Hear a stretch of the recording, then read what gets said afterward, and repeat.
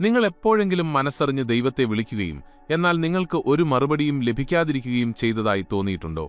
ആർക്കെങ്കിലും ശരിക്കും ദൈവവുമായി ആശയവിനിമയം നടത്താൻ കഴിയുമോ? അതോ ഇതൊരു സങ്കല്പം മാത്രമാണോ എന്ന് നിങ്ങൾ എപ്പോഴെങ്കിലും ചിന്തിച്ചിട്ടുണ്ടോ? നമ്മുടെ പ്രാർത്ഥനകൾ വെറുതെയാകുകയാണോ? അതോ യഥാർത്ഥത്തിൽ ഏതെങ്കിലും അദൃശ്യശക്തി നമ്മെ കേൾക്കുകയും മറുപടി നൽകുകയും ചെയ്യുന്നുണ്ടോ? ഈ ചോദ്യങ്ങൾ നിങ്ങളുടെ മനസ്സിൽ എപ്പോഴെങ്കിലും വന്നിട്ടുണ്ടെങ്കിൽ ഈ വീഡിയോ നിങ്ങളുടെ ജീവിതത്തെ പൂർണ്ണമായും മാറ്റിമറിച്ചേക്കാം. കാരണം നമ്മൾ ഇന്ന് പരമഹംസ യോഗാനന്ദന്റെ നിഗൂഢമായ പുസ്തകമായ ടോക്കിംഗ് വിത്ത് ഗോഡ് വിശദമായി മനസ്സിലാക്കുകയും നാമും ദൈവവുമായി നേരിട്ട് ആശയവിനിമയം നടത്താൻ പഠിപ്പിക്കുന്ന ആഴത്തിലുള്ള ആത്മീയ രഹസ്യങ്ങൾ വെളിപ്പെടുത്തുകയും ചെയ്യും. പരമഹംസ യോഗാനന്ദൻ അദ്ദേഹത്തിന്റെ പ്രശസ്തമായ ഒരു യോഗിയുടെ ആത്മകഥ എന്ന പുസ്തകം ലോകമെമ്പാടുമുള്ള ദശലക്ഷക്കണക്കിന് ആളുകളെ ആത്മീയതയിലേക്ക് ആകർഷിച്ചു. അദ്ദേഹത്തിന്റെ മറ്റൊരു പുസ്തകമായ ദൈവത്തോട് സംസാരിക്കാം എന്നതിൽ ദൈവവുമായി സംസാരിക്കുന്നതിലെ നിഗൂഢ രഹസ്യങ്ങൾ അദ്ദേഹം പറഞ്ഞിട്ടുണ്ട്. ഇതൊരു സാധാരണ പുസ്തകമല്ല, മറിച്ച് ദൈവവുമായി ബന്ധപ്പെടുന്നതിന് ക്ഷേത്രങ്ങളിൽ പോകുന്നതോ പ്രാർത്ഥിക്കുന്നതോ മാത്രം പോരാ, അതിനായി നമ്മുടെ ഉള്ളിലെ ബോധത്തെ ഉണർത്തണം എന്ന് നമ്മെ മനസ്സിലാക്കിത്തരുന്ന ഒരു ആത്മീയ വഴികാട്ടിയാണ്. എന്നാൽ ശ്രദ്ധിക്കുക, ഈ രഹസ്യങ്ങൾ മനസ്സിലാക്കുന്നതും സ്വീകരിക്കുന്നതും എല്ലാവർക്കും കഴിയുന്ന കാര്യമല്ല. ഇന്ന് നമ്മൾ ഈ പുസ്തകത്തിന്റെ ആഴങ്ങളിലേക്ക് ഇറങ്ങിച്ചെന്ന് നിങ്ങൾക്ക് ദൈവവുമായി ആശയവിനിമയം നടത്താൻ കഴിയുന്ന 10 പ്രധാന രഹസ്യങ്ങൾ അറിയാൻ പോവുകയാണ്. ഈ രഹസ്യങ്ങൾ കേവലം സാധാരണ അറിവല്ല, മറിച്ച് അഗാധമായ ആത്മീയ തത്വങ്ങളാണ്. അവ പിന്തുടരുന്നത് നിങ്ങളുടെ ജീവിതത്തിൽ അതിശയകരമായ മാറ്റം കൊണ്ടുവരും. അതിനാൽ ഈ വീഡിയോ അവസാനം വരെ തീർച്ചയായും കാണുക, കാരണം ഓരോ രഹസ്യവും നിങ്ങളുടെ ഉള്ളിൽ പുതിയ ശക്തിയും ബോധവും ഉണർത്തും. ഏറ്റവും പ്രധാനമായി അവസാനത്തെ രഹസ്യം ഏറ്റവും ശക്തമാണ്. അത് നിങ്ങൾ മനസ്സിലാക്കിയാൽ നിങ്ങളുടെ ജീവിതം എന്നേക്കുമായി മാറിയേക്കാം. ഒന്നാമത്തെ രഹസ്യം: ദൈവം എന്തുകൊണ്ട് നമ്മുടെ വാക്ക് കേൾക്കുന്നില്ല? നമ്മളെല്ലാവരും ജീവിതത്തിൽ എപ്പോഴെങ്കിലും ദൈവത്തോട് പ്രാർത്ഥിക്കാറുണ്ട്. സങ്കടത്തിലോ പ്രശ്നത്തിലോ ഏതെങ്കിലും വലിയ പ്രതിസന്ധിയിലോ നാം ദൈവത്തെ ഓർക്കുകയും നമുക്ക് ഒരു ഉത്തരം ലഭിക്കുമെന്ന് പ്രതീക്ഷിക്കുകയും ചെയ്യുന്നു. എന്നാൽ വ്യക്തമായ ഉത്തരം ലഭിക്കാത്തപ്പോൾ ഒന്നുകിൽ ദൈവം നമ്മെ കേൾക്കുന്നില്ല, അല്ലെങ്കിൽ നമ്മുടെ പ്രാർത്ഥനകളെ അവഗണിക്കുകയാണെന്ന് നാം കരുതുന്നു. എന്നാൽ ദൈവം ശരിക്കും നമ്മുടെ വാക്ക് കേൾക്കുന്നില്ലേ? പരമഹംസ യോഗാനന്ദൻ തന്റെ പുസ്തകത്തിൽ പറയുന്നു, ദൈവം എപ്പോഴും നമ്മുടെ പ്രാർത്ഥനകൾ കേൾക്കുന്നുണ്ട്, പക്ഷേ നമ്മളാണ് അവന്റെ ശബ്ദം കേൾക്കാൻ കഴിയാത്ത അവസ്ഥയിലുള്ളത്. ഇതിന് ഏറ്റവും വലിയ കാരണം നമ്മുടെ ബോധത്തിന്റെ തലമാണ്. ഈ ബോധതലമാണ് ദൈവവുമായുള്ള ആശയവിനിമയത്തിന്റെ താക്കോൽ. ദൈവത്തോട് സംസാരിക്കുന്നത് ഒരു റേഡിയോ സ്റ്റേഷനുമായി ബന്ധിപ്പിക്കുന്നത് പോലെയാണ്. നമ്മുടെ മനസ്സെന്ന റേഡിയോ ശരിയായ ഫ്രീക്വൻസിയിൽ ട്യൂൺ ചെയ്തിട്ടില്ലെങ്കിൽ, ആ ചാനൽ തുടർച്ചയായി പ്രക്ഷേപണം ചെയ്യുന്നുണ്ടെങ്കിൽ പോലും നമുക്കത് കേൾക്കാൻ കഴിയില്ല. നമ്മുടെ മനസ്സ് അശാന്തമാണെങ്കിൽ അതിന് ദൈവത്തിന്റെ ശബ്ദം കേൾക്കാൻ കഴിയില്ല. മനസ്സ് ഭൗതിക ആഗ്രഹങ്ങൾ കൊണ്ട് മാത്രമാണ് നിറഞ്ഞിരിക്കുന്നതെങ്കിൽ ദൈവകൃപ നമ്മിലേക്ക് എത്തില്ല. നമ്മുടെ സ്വന്തം സ്വാർത്ഥതയ്ക്ക് വേണ്ടിയാണ് നാം പ്രാർത്ഥിക്കുന്നതെങ്കിൽ അത് ആത്മാവിന്റെ വിളിയാകില്ല. പരമഹംസ യോഗാനന്ദൻ പറയുന്നു, ദൈവവുമായി ആശയവിനിമയം നടത്തുന്നതിന് നാം നമ്മുടെ മനസ്സിനെ പൂർണ്ണമായും ശാന്തമാക്കേണ്ടതുണ്ട്. നമ്മുടെ മനസ്സ് എണ്ണമറ്റ ചിന്തകളാൽ നിറഞ്ഞ് അലഞ്ഞുതിരിയുന്നിടത്തോളം കാലം ആ ദിവ്യശബ്ദം നമുക്ക് കേൾക്കാനാവില്ല.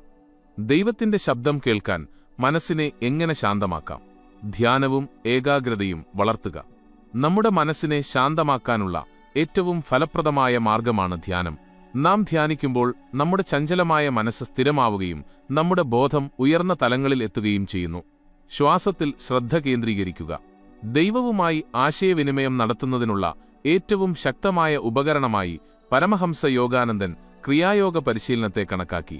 ആഴത്തിൽ ശാന്തമായി ശ്വാസമെടുക്കുകയും നമ്മുടെ ശ്വാസത്തിൽ ശ്രദ്ധ കേന്ദ്രീകരിക്കുകയും ചെയ്യുമ്പോൾ നമ്മുടെ മനസ്സ് പതുക്കെ സ്ഥിരത കൈവരിക്കാൻ തുടങ്ങുന്നു. ആന്തരിക സമാധാനം പരിശീലിക്കുക. ദൈവവുമായുള്ള ആശയവിനിമയത്തിനായി ബാഹ്യലോകത്തേക്കാൾ നമ്മുടെ ആന്തരിക ലോകത്തെ നാം ക്രമീകരിക്കേണ്ടതുണ്ട്. നിഷേധാത്മക ചിന്തകൾ, വിദ്വേഷം, കോപം, അനാവശ്യ ഉത്കണ്ഠകൾ എന്നിവ നാം ഉപേക്ഷിക്കണം. സ്നേഹത്തോടും ഭക്തിയോടും കൂടി പ്രാർത്ഥിക്കുക. വാക്കുകൾ കൊണ്ടുള്ള പ്രാർത്ഥന മാത്രം പോരാ എന്ന് പരമഹംസ യോഗാനന്ദൻ പറയുന്നു. പൂർണ്ണമായ വിശ്വാസത്തോടും സ്നേഹത്തോടും ഭക്തിയോടും കൂടി നാം ദൈവത്തെ വിളിക്കണം. പ്രാർത്ഥന ആത്മാവിന്റെ ആഴങ്ങളിൽ നിന്ന് ഉയരുമ്പോൾ മാത്രമേ അത് ദൈവത്തിലെത്തുകയുള്ളൂ. പിന്നെ എങ്ങനെ ദൈവത്തോട് ആശയവിനിമയം നടത്താം?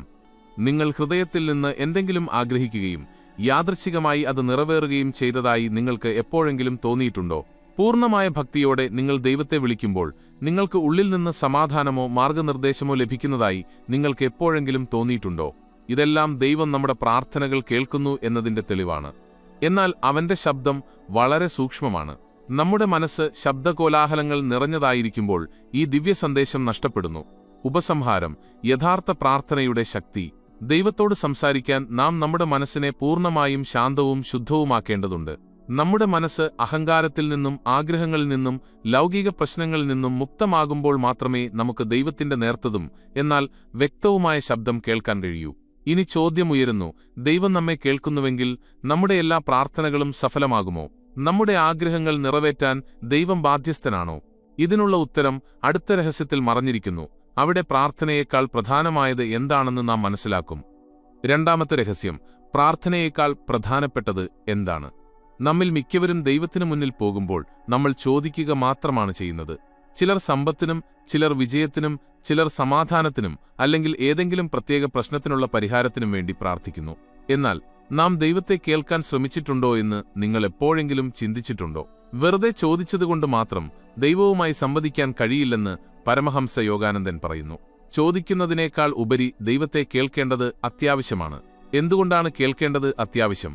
നാം ദൈവത്തോട് എന്തെങ്കിലും ചോദിക്കുമ്പോഴെല്ലാം അത് കേവലം ഒരു വശത്തേക്ക് മാത്രമുള്ള ആശയവിനിമയമാണ്. നിങ്ങൾ ഒരാളോട് സംസാരിക്കുകയാണെന്ന് സങ്കൽപ്പിക്കുക. പക്ഷേ നിങ്ങൾ സംസാരിക്കുന്നത് തുടരുകയും അവൻ പറയുന്നത് കേൾക്കാൻ ശ്രമിക്കാതിരിക്കുകയും ചെയ്യുന്നു. ഈ ആശയവിനിമയം വിജയകരമാകുമോ? തീർച്ചയായും ഇല്ല. ദൈവവുമായി സംസാരിക്കുന്നതിന് അവന്റെ ശബ്ദം കേൾക്കാൻ നാം അറിഞ്ഞിരിക്കണം. ഈ ശബ്ദം വാക്കുകളിലല്ല, അതൊരു തോന്നലാണ്, ആന്തരികമായ ഒരു അനുഭവമാണ്. പ്രാർത്ഥന എന്നതിനർത്ഥം ദൈവത്തോട് ചോദിക്കുക മാത്രമല്ല, അവന്റെ ദിവ്യസാന്നിധ്യം അനുഭവിക്കുക കൂടിയാണെന്ന് പരമഹംസ യോഗാനന്ദൻ പറയുന്നു. ചോദിക്കുക മാത്രം ചെയ്യുമ്പോൾ മനസ്സ് അശാന്തമായി തുടരും. എന്നാൽ നിങ്ങൾ കേൾക്കാൻ ശ്രമിക്കുമ്പോൾ നിങ്ങൾക്ക് ആഴത്തിലുള്ള സമാധാനം അനുഭവപ്പെടുന്നു. ഈ ശാന്തതയിലാണ് ദൈവം നമുക്ക് തന്റെ അടയാളങ്ങൾ നൽകുന്നത്. ദൈവത്തിൽ നിന്നുള്ള അടയാളങ്ങൾ നമുക്ക് എങ്ങനെ ലഭിക്കും? നാം ധ്യാനത്തിലേക്ക് ആഴത്തിൽ പോകുമ്പോൾ നമ്മുടെ ഉള്ളിൽ ഒരു ദിവ്യശക്തി ഉണരുന്നു.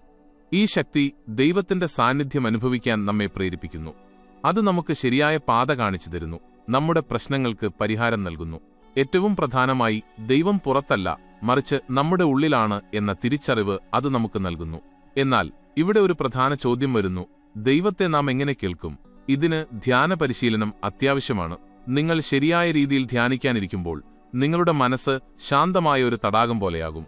നിശ്ചലമായ ഒരു തടാകത്തിൽ നമ്മുടെ പ്രതിബിംബം വ്യക്തമായി കാണാൻ കഴിയുന്നതുപോലെ നമ്മുടെ മനസ്സ് ശാന്തമായിരിക്കുമ്പോൾ ദൈവത്തിന്റെ അടയാളങ്ങൾ നമുക്ക് വ്യക്തമായി അനുഭവപ്പെടുന്നു. ഈശ്വരനുമായി സംവദിക്കാനുള്ള ഏറ്റവും ശക്തമായ മാർഗം ധ്യാനമാണെന്ന് പരമഹംസ യോഗാനന്ദൻ തന്റെ പുസ്തകത്തിൽ പറയുന്നു. നാം ആഴത്തിലുള്ള ആത്മീയ പരിശീലനത്തിലേക്ക് പോകുമ്പോൾ നാം നമ്മുടെ ചിന്തകൾ കേൾക്കുക മാത്രമല്ല, ദൈവത്തിന്റെ സാന്നിധ്യം അനുഭവിക്കുകയും ചെയ്യുന്നു. ധ്യാനമില്ലാതെ പ്രാർത്ഥന അപൂർണമാകുന്നതെന്തുകൊണ്ട്? നിങ്ങൾ ആരോടെങ്കിലും സംസാരിക്കുമ്പോൾ അവന്റെ മറുപടി കേൾക്കാൻ തയ്യാറല്ലെങ്കിൽ നിങ്ങൾക്കൊരിക്കലും ശരിയായി ആശയവിനിമയം നടത്താൻ കഴിയില്ല.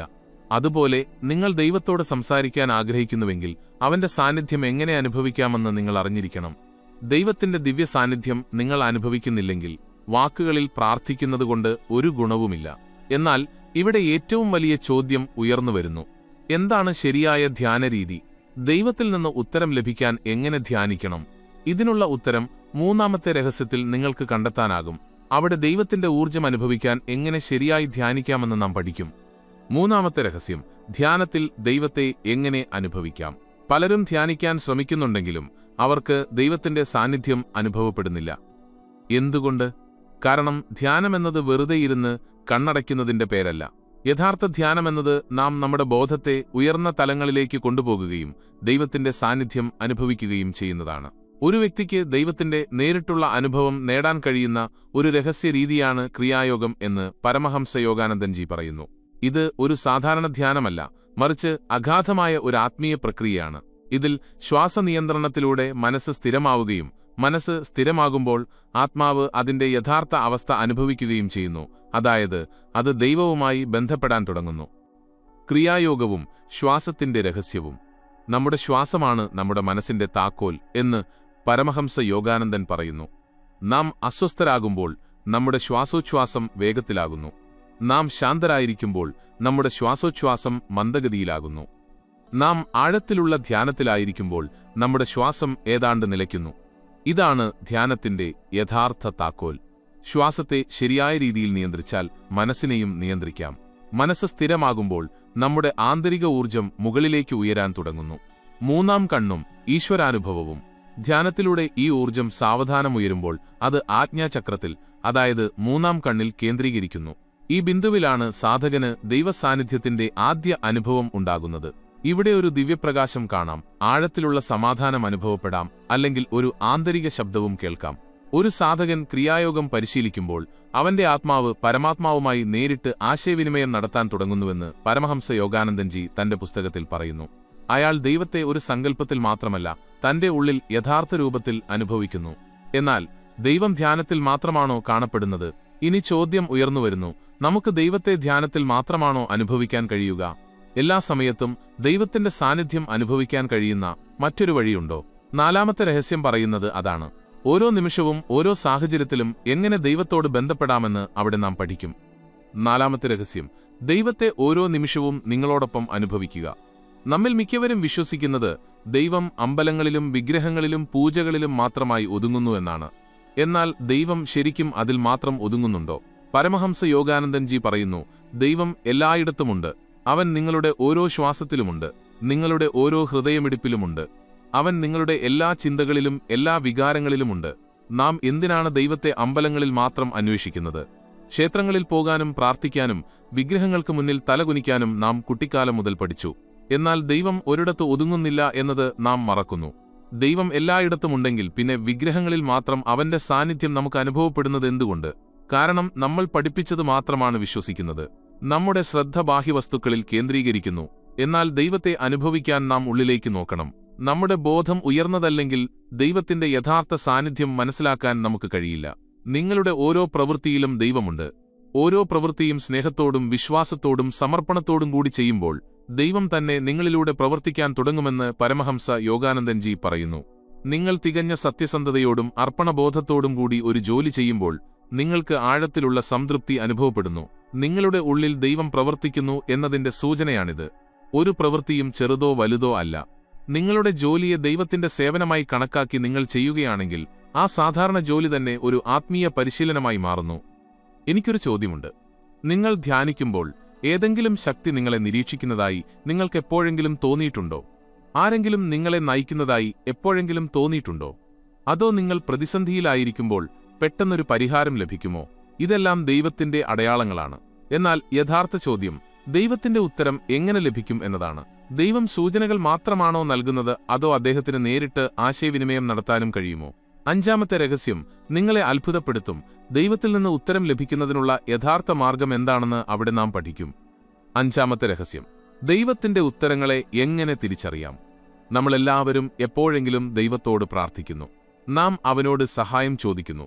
അവനിൽ നിന്ന് മാർഗനിർദ്ദേശം പ്രതീക്ഷിക്കുന്നു. പലപ്പോഴും നമ്മുടെ പ്രശ്നങ്ങൾക്ക് പരിഹാരം ആഗ്രഹിക്കുന്നു. എന്നാൽ ഉത്തരം ലഭിക്കാത്തപ്പോൾ എന്റെ പ്രാർത്ഥനകൾ ദൈവം കേൾക്കുന്നുണ്ടോ എന്ന് മനസ്സിൽ സംശയമുയരുന്നു. പരമഹംസ യോഗാനന്ദൻജി വ്യക്തമായി പറയുന്നു, ദൈവം എപ്പോഴും ഉത്തരം നൽകുന്നുവെന്ന്. എന്നാൽ അവ തിരിച്ചറിയാനുള്ള കല നാം പഠിക്കണം.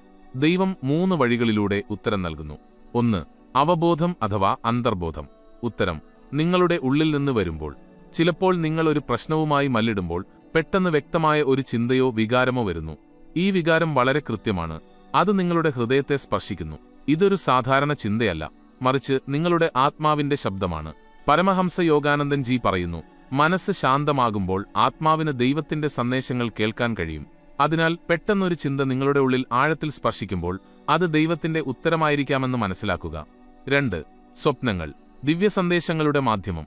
പലപ്പോഴും ദൈവം നമുക്ക് നേരിട്ട് ഉത്തരങ്ങൾ നൽകുന്നില്ല, മറിച്ച് സ്വപ്നങ്ങളിലൂടെ സൂചനകൾ നൽകുന്നു. സ്വപ്നങ്ങളിൽ പ്രത്യക്ഷപ്പെടുന്ന ചിഹ്നങ്ങൾക്കും സംഭവങ്ങൾക്കും നമ്മുടെ മനസ്സിൽ നടക്കുന്ന ചോദ്യത്തിന് ഉത്തരം നൽകാൻ കഴിയും. അനേകം വിശുദ്ധന്മാരും യോഗികളും അവരുടെ ജീവിതത്തിൽ അത്തരം ദിവ്യസ്വപ്നങ്ങൾ അനുഭവിച്ചിട്ടുണ്ട്. അതിൽ ദൈവം അവർക്ക് മാർഗനിർദ്ദേശം നൽകി. അതിനാൽ അസാധാരണമാംവിധം വ്യക്തവും ശക്തവുമായ ഒരു സ്വപ്നം തോന്നുകയാണെങ്കിൽ അതിനെ നിസ്സാരമായി കാണരുത്. അതൊരു ദൈവീക സൂചനയാകാം. 3. അടയാളങ്ങൾ, പുസ്തകങ്ങളിലൂടെയും വ്യക്തികളിലൂടെയും സംഭവങ്ങളിലൂടെയും.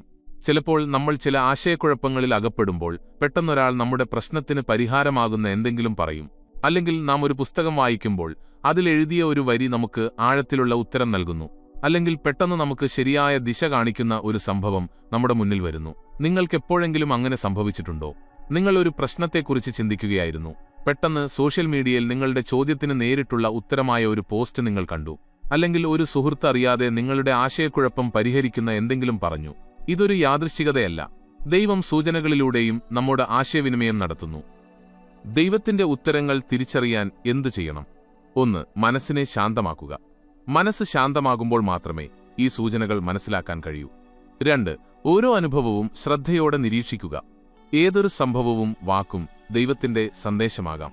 3. ഹൃദയം പറയുന്നത് കേൾക്കുക. ഒരു ഉത്തരം ഉള്ളിൽ നിന്ന് വരികയും അത് നിങ്ങൾക്ക് സമാധാനം നൽകുകയും ചെയ്യുന്നുവെങ്കിൽ അത് ദൈവത്തിൽ നിന്നാണെന്ന് മനസ്സിലാക്കുക. എന്നാൽ ഒരിക്കൽ ദൈവവുമായി ആശയവിനിമയം നടത്തിക്കഴിഞ്ഞാൽ യഥാർത്ഥ ചോദ്യമുയരുന്നു: ഈ ബന്ധം എങ്ങനെ നിലനിർത്താം? ദൈവവുമായിട്ടുള്ള ബന്ധം ഒരിക്കലും തകരില്ല എന്നെങ്ങനെ ഉറപ്പാക്കാം? 6ാമത്തെ രഹസ്യം ഇതുമായി ബന്ധപ്പെട്ടിരിക്കുന്നു. അത് നിങ്ങളുടെ ആത്മീയ യാത്രയിൽ ഏറ്റവും പ്രധാനപ്പെട്ടതായിരിക്കും. 6ാമത്തെ രഹസ്യം: ദൈവവുമായി എങ്ങനെ ബന്ധം നിലനിർത്താം? ദൈവത്തോടടുക്കുന്നത് ബുദ്ധിമുട്ടുള്ള കാര്യമല്ല, എന്നാൽ ആ ബന്ധം നിലനിർത്തുക എന്നതാണ് യഥാർത്ഥ വെല്ലുവിളി. പരമഹംസ യോഗാനന്ദൻജി പറയുന്നു, മിക്ക ആളുകളും ദുഷ്കരമായ സമയങ്ങളിൽ ദൈവത്തെ വിളിക്കുന്നു, പക്ഷെ പ്രതിസന്ധി മാറുമ്പോൾ തന്നെ അവർ അവനെ മറക്കുന്നു. പലരും ധ്യാനിക്കുകയും പ്രാർത്ഥിക്കുകയും ചെയ്യുന്നു, എന്നാൽ കുറച്ച് ദിവസങ്ങൾക്ക് ശേഷം അവർ വീണ്ടും ഭൗതിക ജീവിതത്തിൽ കുടുങ്ങിപ്പോകുന്നു. ക്രമേണ അവരുടെ ആത്മീയ പുരോഗതി നിലയ്ക്കുന്നു. അവർ വീണ്ടും ചോദിക്കാൻ തുടങ്ങുന്നു, ദൈവം എന്തുകൊണ്ട് കേൾക്കുന്നില്ല എന്ന്. ദൈവവുമായി ബന്ധം നിലനിർത്താൻ 3 നിയമങ്ങൾ. 1. പതിവായി ധ്യാനിക്കുക. നിങ്ങളുടെ മനസ്സ് ശുദ്ധമായി സൂക്ഷിക്കുക. ദൈവവുമായി ബന്ധപ്പെട്ടിരിക്കാനുള്ള ഏറ്റവും ഫലപ്രദമായ മാർഗം ചിട്ടയായ ധ്യാനമാണെന്ന് യോഗാനന്ദൻജി പറയുന്നു. ധ്യാനം ഒരു പരിശീലനം മാത്രമല്ല, മറിച്ച് ദൈവവുമായുള്ള ജീവിക്കുന്ന ബന്ധമാണ്. ഒരു വ്യക്തിയുമായി ദിവസവും സംസാരിക്കുന്നത് ബന്ധം കൂടുതൽ ആഴമുള്ളതാക്കുന്നതുപോലെ ചിട്ടയായ ധ്യാനം ദൈവവുമായുള്ള ബന്ധം ശക്തിപ്പെടുത്തുന്നു. ഇടക്ക് വെച്ച് ധ്യാനം ഉപേക്ഷിച്ചാൽ ആ ബന്ധം മെല്ലെ ദുർബലമാകാൻ തുടങ്ങും. നിങ്ങൾ ധ്യാനം നിർത്തുമ്പോൾ മനസ്സ് വീണ്ടും അസ്വസ്ഥമാകാൻ തുടങ്ങുന്നത് നിങ്ങൾ എപ്പോഴെങ്കിലും ശ്രദ്ധിച്ചിട്ടുണ്ടോ? ഇതിനുള്ള കാരണം ധ്യാനമില്ലാതെ നമ്മുടെ മനസ്സ് ബാഹ്യലോകത്തേക്ക് ഒഴുകാൻ തുടങ്ങുകയും നാം ദൈവത്തിൽ നിന്ന് അകലുകയും ചെയ്യുന്നു എന്നതാണ്. 2. സത്സംഗം ചെയ്യുക. ശരിയായ കൂട്ടുകെട്ടിൽ നിൽക്കുക. നിങ്ങൾ ജീവിക്കുന്ന ചുറ്റുപാടാണ് നിങ്ങളുടെ ബോധത്തെ സൃഷ്ടിക്കുന്നതെന്ന് യോഗാനന്ദൻജി പറയുന്നു. നിഷേധാത്മകതയിലും ഭൗതിക സുഖങ്ങളിലും മാത്രം മുഴുകിയിരിക്കുന്ന ആളുകളുടെ കൂടെയാണ് നിങ്ങൾ ജീവിക്കുന്നതെങ്കിൽ നിങ്ങളുടെ മനസ്സും അതേ ദിശയിലേക്ക് പോകും. എന്നാൽ ആത്മീയ ചിന്തയുള്ളവരോട് സഹവസിച്ചാൽ നിങ്ങളുടെ മനസ്സും ഉയർന്ന ബോധത്തിലേക്ക് ആകർഷിക്കപ്പെടും. സന്യാസിമാരുടെയും ഗുരുക്കന്മാരുടെയും നല്ല സുഹൃത്തുക്കളുടെയും സഹവാസം നിങ്ങളെ എപ്പോഴും ആത്മീയ ഊർജ്ജസ്വലരായി നിലനിർത്തും. 3. നിങ്ങളുടെ മനസ്സിനെ ശുദ്ധീകരിക്കുക. ദൈവവുമായി ബന്ധപ്പെടാൻ ധ്യാനവും സത്സംഗവും മാത്രം പോരാ, മറിച്ച് നിങ്ങളുടെ ചിന്തകളുടെ ശുദ്ധിയും അത്ര തന്നെ പ്രധാനമാണ്. നിങ്ങൾ നിഷേധാത്മക ചിന്തകളിൽ മുഴുകുമ്പോൾ നിങ്ങളുടെ ഊർജ്ജം താഴേക്ക് പോകാൻ തുടങ്ങുന്നു.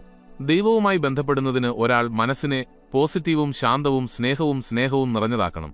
അപ്പോൾ ഇതിന് പരിഹാരം എന്താണ്? എന്റെ ചിന്തകളും വാക്കുകളും പ്രവൃത്തികളും എന്നെ ദൈവത്തോട് അടുപ്പിക്കുകയാണോ അതോ അവനിൽ നിന്ന് അകറ്റുകയാണോ എന്ന് ദിവസവും സ്വയം ചോദിക്കുക. ദൈവവുമായി ബന്ധപ്പെട്ടിരിക്കാൻ എന്ത് ചെയ്യണം? 1. പതിവായി ധ്യാനിക്കുക. എന്ത് വില കൊടുത്തും ഇത് ഉപേക്ഷിക്കരുത്. 2. സത്സംഗത്തിന്റെ ഭാഗമാകുക. ശരിയായ കൂട്ടുകെട്ട് നിങ്ങളുടെ ആത്മീയ പാതയെ ശക്തിപ്പെടുത്തും. 3. നിങ്ങളുടെ ചിന്തകൾ നിയന്ത്രിക്കുക. നിഷേധാത്മകത ഒഴിവാക്കി സ്നേഹം, ദയ, അനുകമ്പ എന്നിവ സ്വീകരിക്കുക. എന്നാൽ എല്ലാവർക്കും ദൈവത്തിൽ എത്തിച്ചേരാൻ കഴിയുമോ? ഈ പാത എല്ലാവർക്കും തുറന്നിട്ടുണ്ടോ? അതോ ചില പ്രത്യേക ആളുകൾക്ക് മാത്രമാണോ? 7ാമത്തെ രഹസ്യം ഈ ഏറ്റവും വലിയ മിഥ്യാധാരണയെ തകർക്കും. 7ാമത്തെ രഹസ്യം: ദൈവം പ്രത്യേക ആളുകളോട് മാത്രമാണോ സംസാരിക്കുന്നത്? ദൈവം സന്യാസിമാരോടും യോഗികളോടും മാത്രമാണോ സംസാരിക്കുന്നത്? സാധാരണക്കാരന് ഒരിക്കലും ദൈവത്തിന്റെ ഉത്തരം ലഭിക്കില്ലേ? ഇതാണ് ഏറ്റവും വലിയ മിഥ്യാധാരണ. പരമഹംസ യോഗാനന്ദൻജി വ്യക്തമായി പറയുന്നു, അവനൊരു വലിയ യോഗിയായാലും സാധാരണക്കാരനായാലും ദൈവത്തിന് ഏത് വ്യക്തിയുമായും സംസാരിക്കാൻ കഴിയും. ഒരു വ്യവസ്ഥ മാത്രമേയുള്ളൂ: യഥാർത്ഥ ഭക്തിയും ഹൃദയത്തിന്റെ ശുദ്ധിയും. ദൈവം ഏതെങ്കിലും പ്രത്യേക വിഭാഗത്തിലോ പ്രത്യേക വ്യക്തികളിലോ മാത്രമായി ഒതുങ്ങുന്നില്ല. അവൻ ഓരോ ആത്മാവിലും വസിക്കുന്നു. ഓരോ മനുഷ്യനിലും അവനെ കാണാം. ദൈവവുമായി ബന്ധപ്പെടുന്നതിനാവശ്യമായ 2 കാര്യങ്ങൾ: ഹൃദയത്തിന്റെ സത്യസന്ധതയും ഭക്തിയും. ദൈവത്തിൽ എത്തിച്ചേരാൻ സങ്കീർണമായ പ്രക്രിയകളൊന്നുമില്ല. ഏതൊരു വ്യക്തിയും തന്റെ ഹൃദയത്തിന്റെ ആഴങ്ങളിൽ നിന്ന് അവനെ വിളിച്ചാൽ മാത്രം മതി. ഭക്തിയിൽ ആഴവും സത്യസന്ധതയും ഉണ്ടായിരിക്കണം. ആ പ്രാർത്ഥന ഏത് ഭാഷയിലായാലും. ചിലപ്പോൾ നമ്മുടെ പ്രാർത്ഥനകൾ ദൈവത്തിലെത്തിയിട്ടില്ല എന്ന് നാം കരുതാറുണ്ട്. എന്നാൽ സത്യമിതാണ്, ദൈവം ഓരോ വിളിയും കേൾക്കുന്നു. എന്നാൽ അവന്റെ ഉത്തരം എങ്ങനെ തിരിച്ചറിയണമെന്ന് നമുക്കറിയില്ല. മനസ്സ് അഹങ്കാരം, ഭയം, സംശയം എന്നിവയിൽ നിന്ന് മുക്തമാകുമ്പോൾ ദൈവത്തിന്റെ ഉത്തരം വ്യക്തമായി കേൾക്കുന്നു. ആത്മാവിനുള്ളിലെ ദൈവത്തെ ഉണർത്തുക. ദൈവം പുറത്തല്ല, നമ്മുടെ ഉള്ളിലാണ് വസിക്കുന്നതെന്ന് യോഗാനന്ദൻജി പറയുന്നു. നാം ഉള്ളിലേക്ക് യാത്ര ചെയ്യുമ്പോൾ നമുക്ക് ദൈവത്തിന്റെ സാന്നിധ്യം അനുഭവപ്പെടാൻ തുടങ്ങും. ഓരോ ആത്മാവിലും ഒരു ദൈവിക സ്ഫുലിംഗമുണ്ട്, എന്നാൽ നാം അതിനെ തിരിച്ചറിയുകയും ഉണർത്തുകയും വേണം. അപ്പോൾ ആർക്കും ശരിക്കും ദൈവത്തോട് സംസാരിക്കാൻ കഴിയുമോ? അതെ, നിങ്ങൾ പൂർണ്ണ ഹൃദയത്തോടെ വിളിക്കുകയും അവരുടെ ഉത്തരം മനസ്സിലാക്കാനുള്ള കഴിവ് വളർത്തുകയും ചെയ്താൽ. എന്നാൽ ദൈവത്തിന്റെ ഉത്തരം ഉടനടി ലഭിക്കുമോ എന്നതാണ് ചോദ്യം. നമുക്ക് ഉത്തരം ലഭിച്ചില്ലെങ്കിൽ നാം എന്തു ചെയ്യണം? ഇപ്പോൾ അവസാനത്തെ രഹസ്യം അറിയുമ്പോൾ നിങ്ങൾ ആശ്ചര്യപ്പെടും, കാരണം ഇതിനെല്ലാം മാറ്റാൻ കഴിയും. 8ാമത്തെ രഹസ്യം, ഏറ്റവും പ്രധാനപ്പെട്ട സത്യം. ദൈവവുമായി ആശയവിനിമയം നടത്തുന്നതിന് ധ്യാനവും അവബോധവും സ്നേഹവും വിശ്വാസവും ആവശ്യമാണെന്ന് നാം പഠിച്ചു. എന്നാൽ ദൈവത്തോട് സംസാരിക്കാൻ ഏറ്റവും പ്രധാനപ്പെട്ട കാര്യം ഒന്നു മാത്രമാണെന്ന് പരമഹംസ യോഗാനന്ദൻ പറയുന്നു: സമർപ്പണം. സമർപ്പണത്തിന്റെ യഥാർത്ഥ അർത്ഥമെന്താണ്? നിങ്ങൾ നിങ്ങളുടെ അഹങ്കാരത്തെ പൂർണ്ണമായും ഉപേക്ഷിക്കുമ്പോൾ, നിങ്ങളുടെ ആഗ്രഹങ്ങളെ ദൈവത്തിന്റെ ഹിതത്തിനു മുന്നിൽ അടിയറവ് വയ്ക്കുമ്പോൾ, സംഭവിക്കുന്നതെല്ലാം എനിക്ക് ശരിയായതാണെന്ന് നിങ്ങൾ അംഗീകരിക്കുമ്പോൾ, അപ്പോൾ മാത്രമേ നിങ്ങൾക്ക് ദൈവത്തിന്റെ യഥാർത്ഥ സാന്നിധ്യം അനുഭവിക്കാൻ കഴിയൂ. സമർപ്പണത്തിന്റെ ഏറ്റവും വലിയ ഉദാഹരണം ഭഗവാൻ ശ്രീകൃഷ്ണൻ അർജുനനോട് പറഞ്ഞു: എല്ലാ കർമ്മങ്ങളും എനിക്ക് സമർപ്പിക്കുക, നിങ്ങളുടെ കടമ നിസ്വാർത്ഥമായി നിർവഹിക്കുക. ഒരു കുട്ടി അമ്മയുടെ മടിയിലായിരിക്കുമ്പോൾ അവന് ഒന്നിനെക്കുറിച്ചും ആശങ്കയുണ്ടാകില്ല എന്ന് ശ്രീരാമകൃഷ്ണ പരമഹംസർ പറയുമായിരുന്നു. അതുപോലെ മനുഷ്യൻ ദൈവത്തിന്റെ മടിയിൽ സ്വയം സമർപ്പിക്കുമ്പോൾ അവന് ഒന്നിനെയും ഭയമില്ല. സമർപ്പണത്തിലൂടെ മാത്രമേ ദൈവവുമായി നേരിട്ടുള്ള ആശയവിനിമയം സാധ്യമാകൂ. പൂർണ്ണമായ വിശ്വാസത്തോടും സമർപ്പണത്തോടും കൂടി നിങ്ങൾ നിങ്ങളുടെ ജീവിതം ദൈവത്തിന് സമർപ്പിക്കുമ്പോൾ നിങ്ങൾക്ക് വാക്കുകൾ ആവശ്യമില്ല. നിങ്ങൾ ഒന്നും പറയാതെ തന്നെ ദൈവം നിങ്ങളുടെ എല്ലാ വികാരങ്ങളും മനസ്സിലാക്കുന്നു. ഇപ്പോൾ ഒരേയൊരു ചോദ്യം മാത്രമാണുള്ളത്: ഇന്നുമുതൽ ദൈവത്തിന് പൂർണ്ണമായും കീഴടങ്ങാൻ നിങ്ങൾ തയ്യാറാണോ?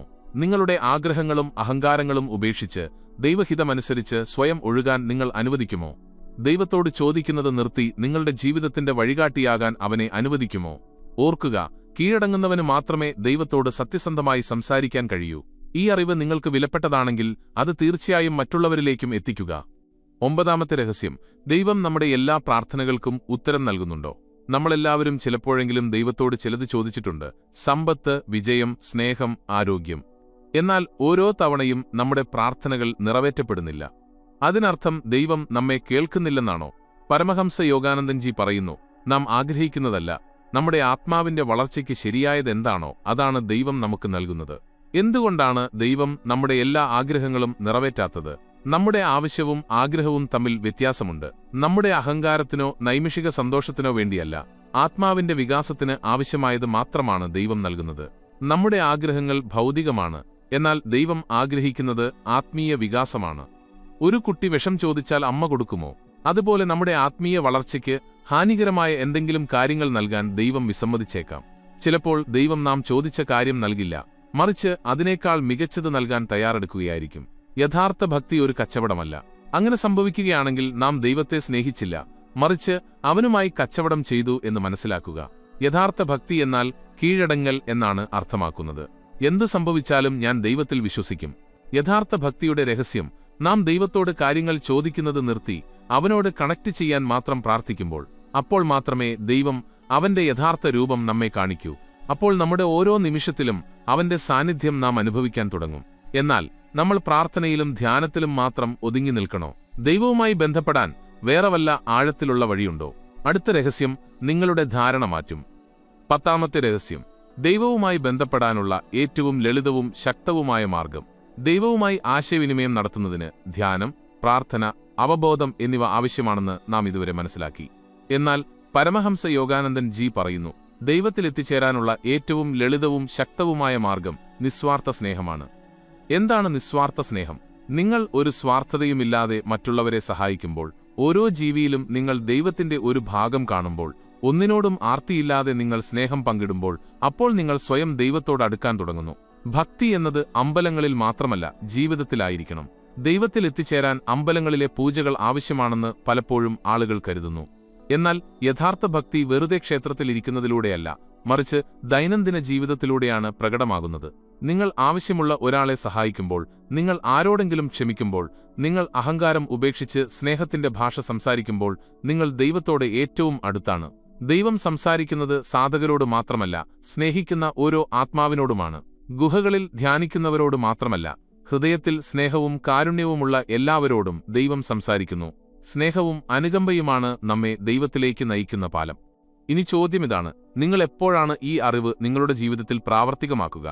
ഇന്നു മുതൽ നിങ്ങളുടെ ഉള്ളിൽ സ്നേഹത്തിന്റെയും അനുകമ്പയുടെയും ദീപം കൊളുത്താൻ നിങ്ങൾ തയ്യാറാണോ? ദൈവത്തോട് ചോദിക്കുന്നതിനു പകരം അവനെ നിങ്ങളുടെ ജീവിതത്തിന്റെ ഭാഗമാക്കാൻ നിങ്ങൾ തയ്യാറാണോ? നിങ്ങൾ ദൈവത്തിൽ നിന്ന് എത്ര അകലെയാണ് അല്ലെങ്കിൽ എത്ര അടുത്താണ് എന്ന് നിങ്ങളുടെ ഉത്തരം തീരുമാനിക്കും. വീഡിയോ ഇഷ്ടപ്പെട്ടെങ്കിൽ ലൈക്ക് ചെയ്യുക, കൂടാതെ ഈ ദിവ്യജ്ഞാനം മറ്റുള്ളവരിലേക്ക് എത്തിക്കുന്നതിനായി ഷെയർ ചെയ്യുക.